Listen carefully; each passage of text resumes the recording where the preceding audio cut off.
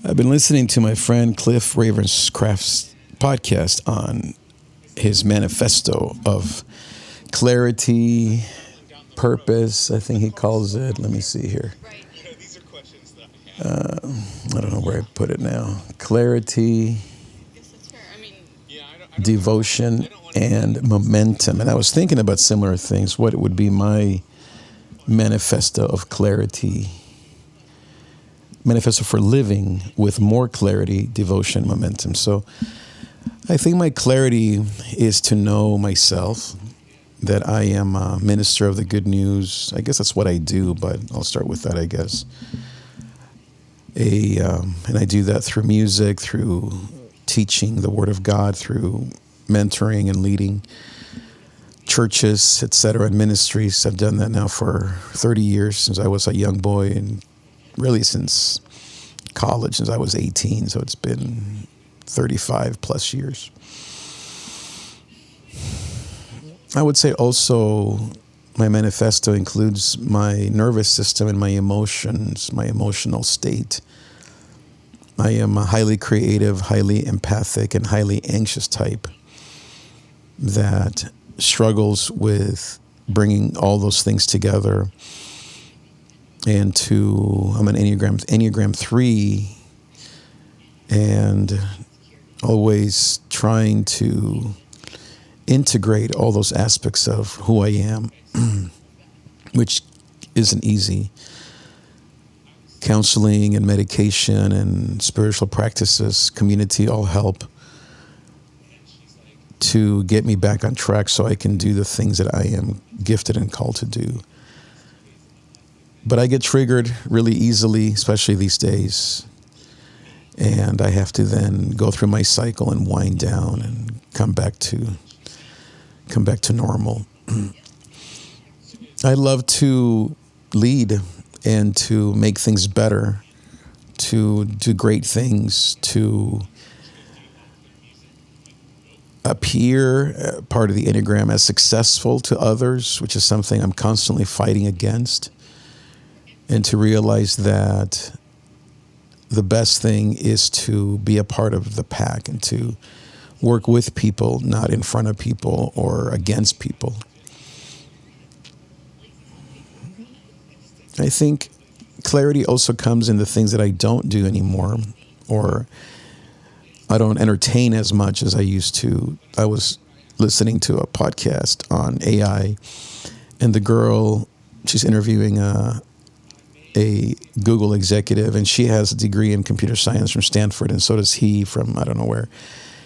And a little bit of me, like just maybe 5 seconds, I thought, I'll do that. I have a computer science degree and blah, blah, blah, and I'll make millions working with AI. And then I went back to my manifesto. I thought, that's just not who I am.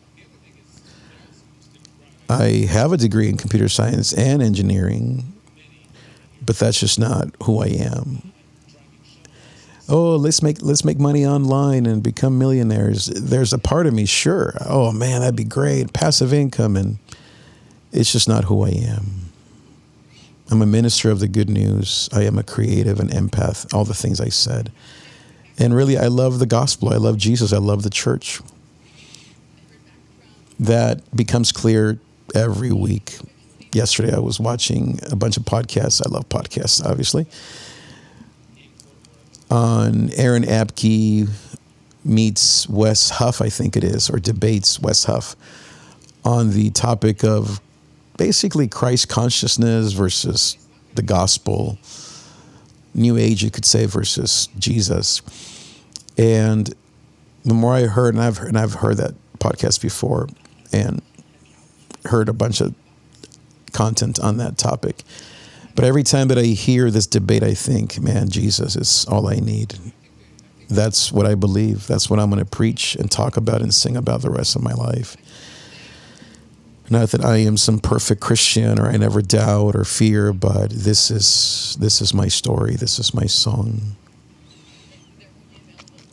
My son is dealing with anxiety and some mental health stuff, and it's a big trigger for me, because I wish for my family to all be near him to help him. Our daughters moved out a year ago, and so I wish I wasn't this way myself so I could be stronger.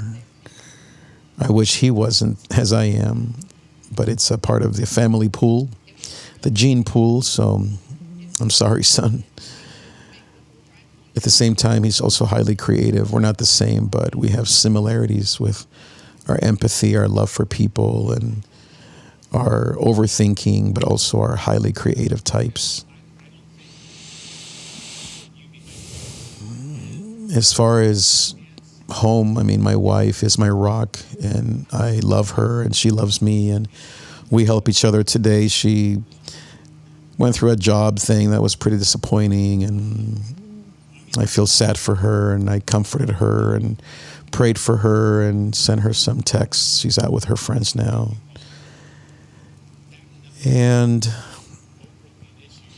she loves me in so many ways, practical ways, emotional, whatever she needs. She's very practical, so I try to help her with practical things. I'm in the middle of just changing a toilet, just things like that are home things that I know bring her peace, and walking Roxy together and spending time with her. And we were supposed to get away, and maybe we will, but I'm not sure.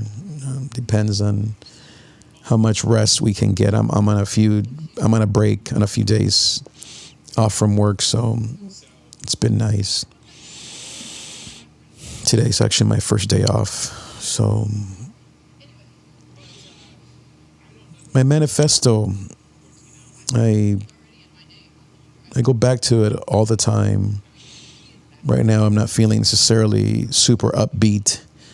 I must confess that this is the second time I record this podcast, because the first time something kind of triggered me, and so I'm in a bit of a tailspin post this trigger, anxious stuff here at the house. So everything's fine, but I'm still recovering from it, the cycle. And even that's a part of my story, my anxious thoughts. I can be up and down because of that. I can give in to my emotions. It takes me a day or two or maybe longer to get through the trigger. And I've had a lot of disappointments this year. But that's why I think this manifesto is so important. As I get older, less things matter, and the things that matter more and more. And in some ways that's good, because even just 5 years ago, I was trying to do too many things. And those are just experiences and relationships and skills that I have, but that don't motivate me anymore. I can shed them more easily than before. And what remains is what is really me, what's always been me, minus all the masks and the baggage and the heavy burdens of trying to be what I'm not. I've been enjoying this show, which now I watched the whole 3 seasons, called Shrinking. Maybe you've enjoyed it too. Came out, I think, in 2023. I just heard about it like a month ago. And what I love most about Jimmy, who I relate to the most, is that he's unapologetically himself. A beta versus Paul the alpha. It's Harrison Ford after all. Han Solo, come on. But, he lost his wife in a tragic car accident. He checked out on his daughter for a year, his 15, 16-year-old daughter, and she struggled because of it. And then he's sort of now coming back online a year later, but imperfectly. He still messes up, still tries too hard, still checks out, but less and less. And I guess that's really my manifesto, is that I am unapologetically me. Because even with all that said, Jimmy is helping people, loves his daughter, is a faithful friend, sort of, a great therapist, sort of. And he's just working it out. He went through a major, major trauma, just like I've been, just like many, just like my son, just like many of us.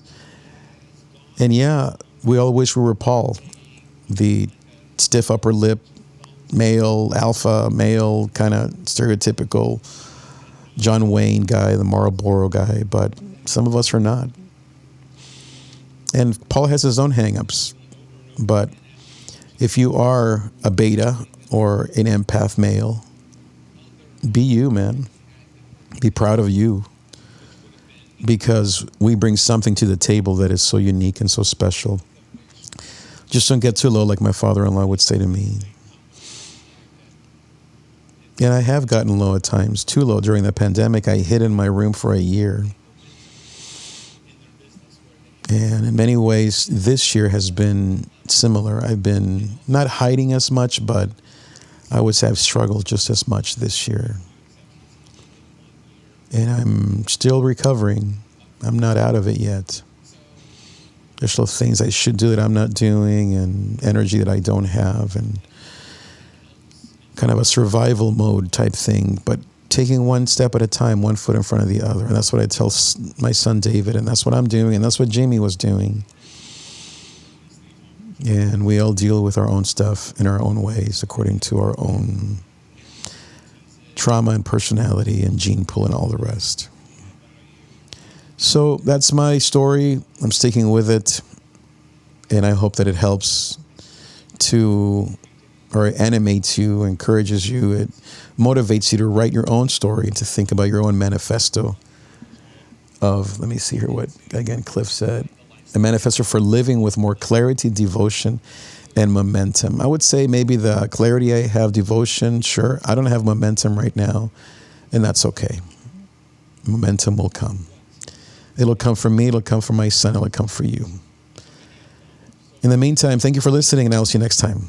Adios.